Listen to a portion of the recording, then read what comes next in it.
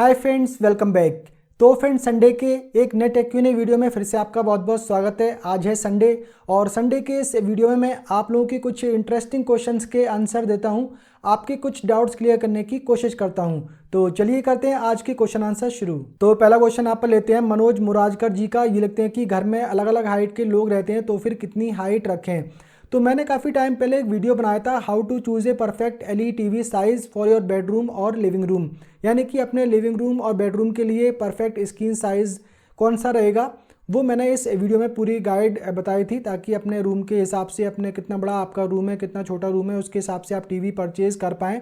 और टीवी को इंस्टॉल जब आपको करना है तो कितनी हाइट पे उसे इंस्टॉल करें ताकि आपको परफेक्ट व्यू मिले, आपकी आंखों पे कोई स्ट्रेन ना पड़े, आपको कोई गर्दन ऊपर उठाना ना पड़े, नीचे झुका के ना देखना पड़े। तो पूरी एक गाइड मैंने उसमें बताई थी। अगर आपने वो वीडियो नहीं देखा है तो देख लेना, उसका लिंक ऊपर आई बटन में मिल जाएगा। तो यहाँ पर बात कर रहे हैं कि घर में अलग अलग हाइट के लोग होते हैं तो फिर कितनी हाइट पे टीवी को इंस्टॉल करना चाहिए। देखिए, जनरली एलई टीवी जो इंस्टॉल करने के लिए टेक्नीशियन आते हैं, और अगर आप टीवी को वॉल माउंट कर रहे हैं तो नीचे का जो बॉर्डर होता है एलई टीवी का, तो उससे लेके फ्लोर की करीब वो 3.5 से 4 फीट की हाइट रखते हैं। तो 4 फीट की आइडियल हाइट रहती है। अगर आप टीवी के सामने आपने 4 फीट की हाइट पे टीवी को इंस्टॉल कर लिया और उसके सामने आप सोफ़ा रखेंगे, तो सोफ़े पे बैठने के बाद में जो आपकी आइज़ है तो उसका जो फोकस है टीवी के सेंटर में जाएगा, तो ये एकदम से परफेक्ट हाइट रहती है। तो आपको बिल्कुल गर्दन सीधी करके आप देखेंगे तो बेटर होगा। आपको गर्दन ऐसे ना उठानी पड़े, नीचे झुका के ना देखना पड़े, इसमें आपकी गर्दन में दर्द हो सकता है। तो इस तरीके से इंस्टॉल करें जहाँ पर भी आप बैठते हैं, ताकि आप सीधे होकर टीवी को देख पाएँ, या थोड़ा सा आप अगर ऐसे भी झुके हुए हैं पीछे तो सामने फोकस कर पाएँ। अब इनका कहना है कि घर में अलग अलग हाइट के लोग रहते हैं।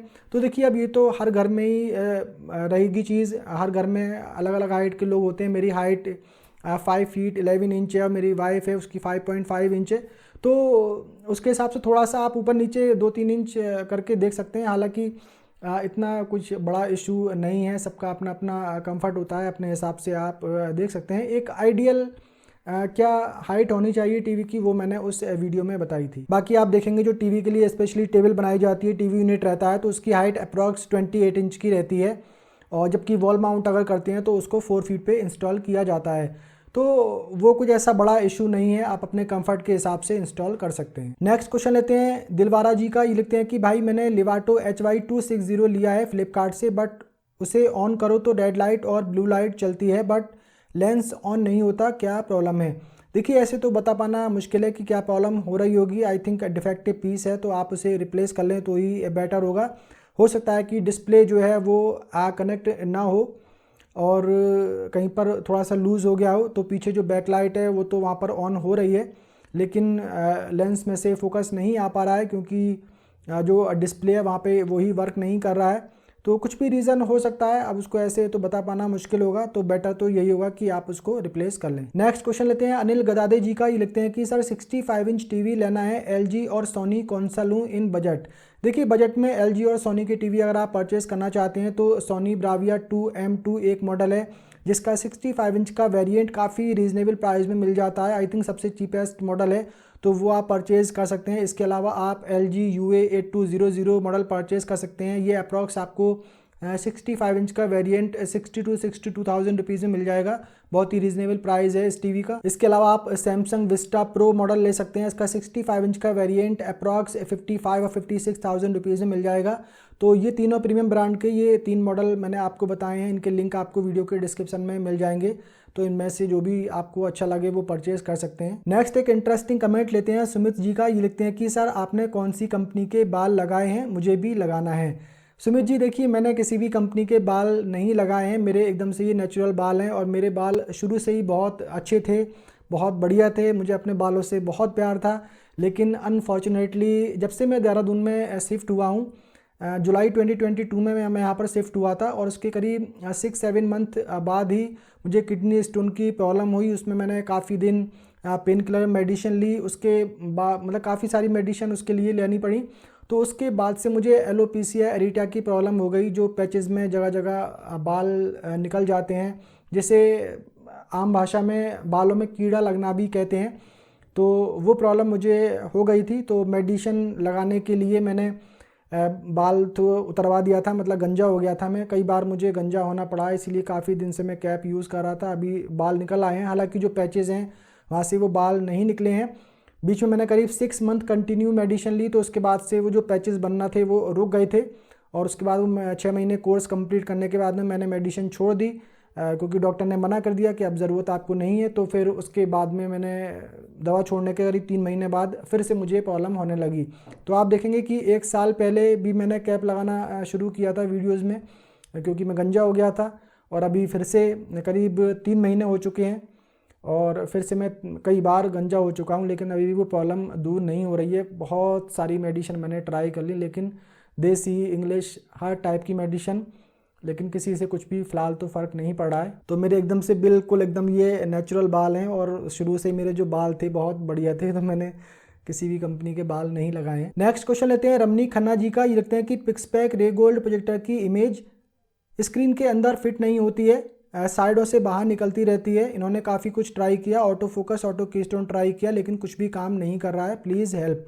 तो ये यहाँ पर बात करें पिक्सपैक रे गोल्ड प्रोजेक्टर के बारे में। इनके पास में ये प्रोजेक्टर है और एक प्रोजेक्टर स्क्रीन है। जब ये प्रोजेक्टर को ऑन करते हैं, ऑटो कीस्टोन, ऑटो फोकस इन्होंने ट्राई किया, लेकिन जो प्रोजेक्टर का डिस्प्ले है, जो इमेज है, वो स्क्रीन के अंदर फिट नहीं हो रही है। स्क्रीन का एक ब्लैक बॉर्डर रहता है, उसके अंदर स्क्रीन फिट होनी चाहिए, उससे वो बाहर निकल रही है, ऑटो कीस्टोन, ऑटो फोकस वगैरह ट्राई करने के बाद भी। देखिए आजकल जितने भी बजट कैटेगरी के प्रोजेक्टर आ रहे हैं, तो इनमें ऑटो फोकस तो काफ़ी बढ़िया तरीके से काम करता है, परफेक्टली ऑटो फोकस कर लेता है, लेकिन जो ऑटो कीस्टोन है वो काम नहीं कर पाता है, स्पेशली तब जब आप एक प्रोजेक्टर स्क्रीन यूज़ कर रहे हैं तो उसको वो ऑटोमेटिकली सेंस नहीं कर पाता है, तो साइड से स्क्रीन इधर उधर निकल जाती है, वो स्क्रीन के अंदर परफेक्टली फिट नहीं होती है। तो इस पर मैंने एक डिटेल वीडियो बनाया है, आपका कमेंट पढ़ने के बाद ही मैंने अभी कल ही एक वीडियो अपलोड किया है अपने दूसरे चैनल TST टेक पे, तो वहाँ पर आप वो वीडियो देख सकते हैं। उसमें मैंने बताया है किस तरीके से आपको जो स्क्रीन के अंदर डिस्प्ले को फिट करना है, वो प्रॉपर उसमें फिट हो जाएगा, कोई भी इशू उसमें नहीं आएगा। तो वो वीडियो आप देख सकते हैं, उसका लिंक ऊपर आई बटन में मिल जाएगा और वीडियो के डिस्क्रिप्शन में भी मैं दे दूंगा। चाहे तो आप ये चैनल का नाम सर्च कर सकते हैं @TST_tech, तो इस पे जाके भी आप वो वीडियो देख सकते हैं, उसमें प्रॉपर आपके ये प्रॉब्लम दूर हो जाएगी। आजकल जितने भी बजट कैटेगरी के प्रोजेक्टर हैं, ये ऑटो कीस्टोन ठीक से या ऑटो ट्रापेजॉइड जो फीचर आ रहा है, तो ये ठीक से काम नहीं करता है। मैं भी सेम ही प्रोजेक्टर यूज़ कर रहा हूँ, 133 इंच की फिक्स फ्रेम स्क्रीन मैंने लगाई हुई है, और एकदम से परफेक्ट फिट मेरे ये स्क्रीन के अंदर ही, ब्लैक बॉर्डर के अंदर ही डिस्प्ले आता है, कहीं से भी एक सूत या कह सकते हैं कि 1 mm या 2 mm भी स्क्रीन बाहर नहीं जाती है। तो वीडियो आप देखिए, आपकी ये प्रॉब्लम दूर हो जाएगी। नेक्स्ट क्वेश्चन लेते हैं अनिल कुमार जी का। ये लिखते हैं कि हेलो भाई, मुझे 120 इंच टू 150 इंच की प्रोजेक्टर स्क्रीन मैनुअल लॉक वाली चाहिए, कौन सी लेनी चाहिए? वाइट और ग्रे ALR वाली, रूम साइज़ 15x13 का है, कोई लिंक हो तो सेंड कर देना भाई।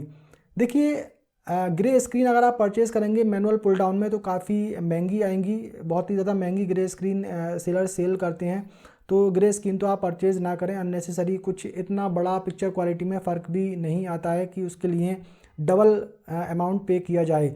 तो आप बिग व्यू ब्रांड की एक 120 inch manual pull down screen ये परचेज़ कर सकते हैं, ऑटो लॉक मैकेनिज़्म के साथ आती है। आप जहाँ पर भी उसको नीचे लेकर आएंगे, वो जहाँ पर भी छोड़ेंगे वहीं पर वो स्क्रीन रुक जाती है, और दोबारा आप उसको छोड़ देंगे वो ऑटोमेटिक ऊपर रोल हो जाती है। तो ऑटो लॉक मैकेनिज्म वाली स्क्रीन को बोला जाता है, वो आप परचेज़ कर सकते हैं, लिंक आपको वीडियो के डिस्क्रिप्शन में मिल जाएगा। Grey screen 1-2 brand I think manual pull down में सेल कर रहे हैं, लेकिन उनके प्राइस आई थिंक बहुत ज़्यादा हैं, मतलब डबल के आसपास प्राइस हैं, तो आप वो परचेज़ ना करें। नेक्स्ट क्वेश्चन लेते हैं रेगन जी का। ये पूछ रहे हैं कि पिक्सपैक रे गोल्ड प्रोजेक्टर और नॉर्मल पिक्सपैक रे दोनों में क्या आपने कोई विजुअल डिफरेंस देखा? देखिए मैंने पिक्सपैक रे गोल्ड प्रोजेक्टर यूज़ किया है, वो मैं यूज़ कर रहा हूँ, लेकिन जो पिक्सपैक रे मॉडल है तो वो मैंने चेक नहीं किया है, तो दोनों में क्या विजुअल डिफरेंस है वो मुझे ज़्यादा उसका आइडिया नहीं है। हालांकि ऐसा बताया गया है कि जो नॉर्मल रे प्रोजेक्टर था तो उसमें एक नॉर्मल LED लैंप दिया गया था, और जो पिक्सपैक रे गोल्ड प्रोजेक्टर है तो इसमें मिनी LED लैंप दिया गया है। अब एक्चुअल में है या नहीं है वो तो कह पाना मुश्किल है, जब तक प्रोजेक्टर को खोलकर ना देखा जाए तब तक तो ऐसा कह पाना मुश्किल होगा। हालांकि ब्रांड क्लेम कर रहा है तो उसको माना जा सकता है, क्योंकि पिक्सपैक एक काफ़ी बढ़िया ब्रांड है, काफ़ी बढ़िया प्रोजेक्टर वगैरह उनके रहते हैं, और उन्होंने बहुत ज़्यादा क्लेम भी नहीं किया है रे के कंपैरिजन में। उन्होंने ये कहा कि 30% अप्रॉक्स जो ब्राइटनेस है वो पिक्सपैक रे गोल्ड में ज़्यादा है। अब देखिए पिक्सपैक रे भी अगर आप परचेज़ करते हैं तो कोई ऐसी प्रॉब्लम वाली बात नहीं है, क्योंकि ब्राइटनेस डेफिनेटली बहुत ही ज़्यादा दी गई है, और अगर 30% ज़्यादा बताई गई है तो जो पिक्सपैक रे है उसमें भी काफ़ी बढ़िया ब्राइटनेस होगी, जैसे कि मैंने और वीडियोज़ देखे हैं। तो कुछ बहुत बड़ा मेजर इसमें ऐसा फ़र्क नहीं है। हालांकि अगर मेरे पास वो यूनिट आया होता पिक्सपैक रे का तो मैं उसको भी चेक कर पाता। नेक्स्ट क्वेश्चन लेते हैं एमएन रोडवेज का। ये लिखते हैं पिक्चर हल्की धुंधली आती है, कौन सी स्क्रीन ले लूँ, कृपया करके बताइए या सेटिंग बताइए। देखिए अगर आपके पास में ये HY260 प्रो प्रोजेक्टर है तो इसकी पिक्चर क्वालिटी काफ़ी बढ़िया है। इसे स्क्रीन पे आप प्रोजेक्ट करके देखें या फिर आप वॉल पे प्रोजेक्शन देखें, काफ़ी बढ़िया पिक्चर क्वालिटी यहाँ पर आपको मिलेगी। शार्पनेस भी इसमें काफ़ी बढ़िया दी गई है। तो स्क्रीन की कोई ऐसी प्रॉब्लम वाली बात इसमें नहीं है, आपकी प्रोजेक्टर की सेटिंग में ही प्रॉब्लम होगी। तो हो सकता है कि प्रॉपर फोकस नहीं कर पा रहा है, तो रिमोट कंट्रोल में फोकस के बटन दिए गए हैं, तो उससे आप फोकस को एडजस्ट करके देखें तो आपकी प्रॉब्लम दूर हो जाएगी। बाकी स्क्रीन अगर आप परचेज करना चाहते हैं तो परचेज कर सकते हैं, उस पर आपको थोड़ी सी बेटर पिक्चर क्वालिटी मिल जाती है। एक चीज़ और है कि जिस वॉल पे आप प्रोजेक्शन देख रहे हैं तो आप वो देखें कि वो वॉल एकदम से प्योर वाइट है और एकदम से स्मूथ वॉल है, कुछ उसमें टेक्सचर तो नहीं है, उसकी वजह से धुंधली दिख रही हो। तो आप चाहें तो map type projector screen purchase कर सकते हैं, काफ़ी कम प्राइस में मिल जाती हैं, या फिर आईलिट वाली स्क्रीन आती हैं वो आप परचेज़ कर सकते हैं, वो भी काफ़ी रीज़नेबल प्राइस में मिल जाती हैं। तो आप एक बार ट्राई करके देखें फोकस, तो हो सकता है कि आपकी प्रॉब्लम दूर हो जाए। नेक्स्ट एंड लास्ट कमेंट लेते हैं फूडीज रिम का। ये लिख रहे हैं कि इन्होंने गो वारंटी से मल्टीपल वारंटीज़ परचेज़ की, एक्सटेंडेड वारंटी परचेज़ की डिफरेंट प्रोडक्ट्स के लिए आई थिंक, और ये कह रहे हैं कि ये एक फ्रॉड कंपनी है, सर्विस बिल्कुल भी प्रोवाइड नहीं करती है। आप इनके खिलाफ एक वीडियो बनाइए समीर शेख और गो वारंटी कंपनी के अगेंस्ट में, और ये सारी डिटेल मुझे प्रोवाइड कर सकते हैं। इनकी जो कंप्लेन है वो बार बार रिजेक्ट की जा रही है, डिफरेंट फेक रीज़न बताकर इनकी कंप्लेन कैंसिल कर दी जा रही है। और इनके जो कस्टमर सर्विस टीम है तो वो भी जो सीनियर हायर अथॉरिटी उनको बता रही है उसी के अकॉर्डिंग ही चल रही है। तो सर आप इसमें कुछ करिए। देखिए मेरे वीडियो बनाने से इन पे कोई भी असर नहीं पड़ने वाला है, कोई भी फ़ायदा उससे नहीं होगा, क्योंकि इनका मेन एम ही है इस टाइप के काम करना। और मैंने बहुत सारे वीडियोस बनाए हुए हैं ऑलरेडी कि थर्ड पार्टी से कभी भी वारंटी एक्सटेंड ना करवाएं, डायरेक्ट ब्रांड से ही करवाएं। और ब्रांड भी जो LG, सैमसंग, सोनी जैसे ब्रांड हैं तो इनके अपने सर्विस सेंटर होते हैं, तो इनसे अगर आप वारंटी एक्सटेंड करवाते हैं तो कोई प्रॉब्लम वाली बात नहीं है। लेकिन बजट कैटेगरी के जो ब्रांड हैं अगर आप उनसे भी वारंटी एक्सटेंड करवाते हैं डायरेक्टली ब्रांड से, तो वो भी थर्ड पार्टी के थ्रू ही प्रोवाइड करते हैं, उसमें भी आपको वही प्रॉब्लम आती है। तो स्पेशली मैंने इस पर 2-3 वीडियो बनाए हुए हैं, और अपने बहुत सारे वीडियोज़ में स्पेशली संडे Q&A वीडियो में, कई सारे वीडियो में, मल्टीपल वीडियो में मैंने ये चीज़ बोली है। लोगों ने मुझसे पूछा है कि इसकी वारंटी प्लान लें या नहीं लें, इतने में वारंटी प्लान मिल रहा है वो लें या नहीं लें। तो सभी को मैं मना करता हूँ कि वारंटी एक्सटेंड मत करवाओ, इसमें पैसे वेस्ट मत करो, क्योंकि ये एक स्कैम ही है, ये बिल्कुल भी सर्विस प्रोवाइड नहीं करते हैं। कुछ लोगों को सर्विस दे देते हैं, लेकिन ज़्यादातर लोगों को ये सर्विस डिनाई ही कर देते हैं, डिफरेंट रीज़न बताकर सर्विस डिनाई कर देते हैं कि ये मतलब सारा जो ब्लेम है वो कंज्यूमर के ऊपर ही डाल देते हैं कि आपने गलती से आपने मतलब ये मिस्टेक किया, उसकी मिस्टेक की वजह से ये जो प्रोडक्ट है वो ख़राब हुआ है और इसको ये वारंटी में कवर नहीं होगा। बाकी आपकी बात अगर ये नहीं सुन रहे हैं तो www.consumerhelpline.gov.in पे लॉगिन करके आप कंप्लेन करें, डेफिनेटली वहाँ से आपको कोई ना कोई सोल्यूशन ज़रूर मिलेगा। और ये जो कंज्यूमर www.consumerhelpline.gov.in है तो ये गवर्नमेंट का ऑर्गेनाइजेशन है, और ये एक ऐसा ऑर्गेनाइजेशन है जो कस्टमर की प्रॉब्लम को सुनता है। मैंने पर्सनली इसको यूज़ किया है और विदिन 3 डेज़ मुझे यहाँ से रिस्पांस आ गया था। एक मैंने इन्वर्टर बैटरी परचेज़ की थी अमेज़ोन से, और वो इन्वर्टर जो था वो डैमेज निकला था और अमेज़ोन उसको रिटर्न नहीं कर रहा था। तो फिर मैंने यहाँ पर कंप्लेन की और 3 दिन में ही मुझे वहाँ से एक रिप्लाई मिल गया था कंज्यूमर हेल्पलाइन की तरफ से, और नोटिस अमेज़ोन को भी चला गया था, और उन्हीं 3 दिन के अंदर अमेज़ोन का भी रिप्लाई आ गया था। तो काफ़ी फास्ट यहाँ पे काम हो जाता है। तो आप वहाँ पे कंप्लेन करें तो आपको बेटर सोल्यूशन मिलेगा। मेरे वीडियो बनाने से कोई यहाँ पे इनको फ़र्क नहीं पड़ने वाला है, जब तक कि कोई एक बड़ा क्रिएटर जिसके मिलियन में सब्सक्राइबर हैं वो इनको वो इनके खिलाफ़ वीडियो ना बनाएं, क्योंकि उनकी रीच ज़्यादा होती है, ज़्यादा लोगों तक जब चीज़ पहुँचती है तो फिर इनको डर लगता है। बाकी मेरे सब्सक्राइबर भी उतने नहीं हैं और व्यूज़ भी उतने नहीं आते हैं, तो इन पे कोई ज़्यादा असर उसका पड़ने वाला नहीं है, बल्कि मुझे और ये धमकाना शुरू कर देंगे कि हम कोर्ट केस कर देंगे, ये कर देंगे, वो कर देंगे।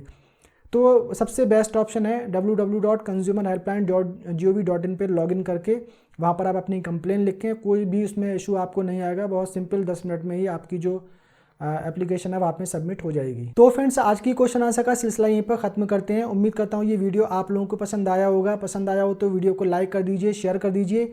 अगर आपने पहली बार हमारे चैनल पर विजिट किया है, चैनल को सब्सक्राइब कर लीजिए, बेल आइकन को भी प्रेस कर दीजिए। मिलते हैं किसी अगले वीडियो में, तब तक के लिए बाय बाय।